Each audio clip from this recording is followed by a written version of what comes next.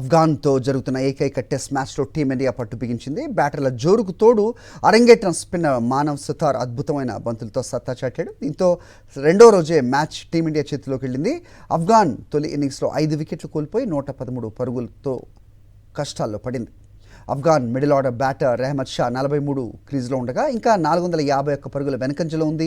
Bharat young spinner first మ్యాచ్లోనే 3 వికెట్లు సాధించి ఆఫ్ఘన్ ఆటగాళ్లకు అడ్డుకట్ట వేశారు. ఓ ఎండ్లో ప్రసిద్ధ్ పేస్తో రాణిస్తే సుతార్ స్పిన్ వైవిధ్యంతో వికెట్స్ పడగొట్టారు.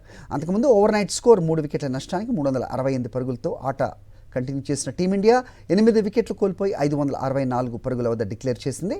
కెప్టెన్ శుభ్మన్ గిల్ 126, రిషబ్ పంత్ 81, సుందర్ 52 ఈ జట్టుకు భారీ స్కోర్ని అందించారు. ఇక ఆఫ్ఘన్ యువ పేసర్ సలీం 6 వికెట్లతో విజృంభించాడు. ఆఫ్ఘన్తో జరుగుతున్న ఏకైక టెస్ట్ మ్యాచ్లో టీమిండియా పట్టు బిగించింది. బ్యాటర్ల జోరుకు తోడు అరంగేట్రం స్పిన్నర్ మానవ్ సుతార్ అద్భుతమైన బంతులతో సత్తా చాటాడు. దీంతో రెండో రోజే మ్యాచ్ టీమిండియా చేతిలోకి వెళ్ళింది. ఆఫ్ఘన్ తొలి ఇన్నింగ్స్లో 5 వికెట్లు కోల్పోయి 113 పరుగులతో కష్టాల్లో పడింది.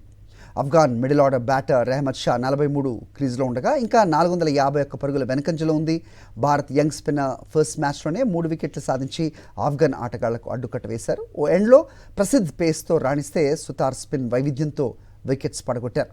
అంతకుముందు ఓవర్ నైట్ స్కోర్ 3 వికెట్ల నష్టానికి 368 పరుగులతో ఆట కంటిన్యూ చేసిన టీమిండియా 8 వికెట్లు కోల్పోయి 564 పరుగుల వద్ద డిక్లేర్ చేసింది. కెప్టెన్ శుభ్మన్ గిల్ 126, రిషబ్ పంత్ 81, సుందర్ 52 ఈ జట్టుకు భారీ స్కోర్ని అందించారు. ఇక ఆఫ్ఘన్ యువ పేసర్ సలీం 6 వికెట్లతో విజృంభించాడు. మరిన్ని అప్డేట్స్ కోసం ఛానల్ ను సబ్స్క్రైబ్ చేయండి. నోటిఫికేషన్స్ కోసం బెల్ ఐకాన్ పై క్లిక్ చేయండి.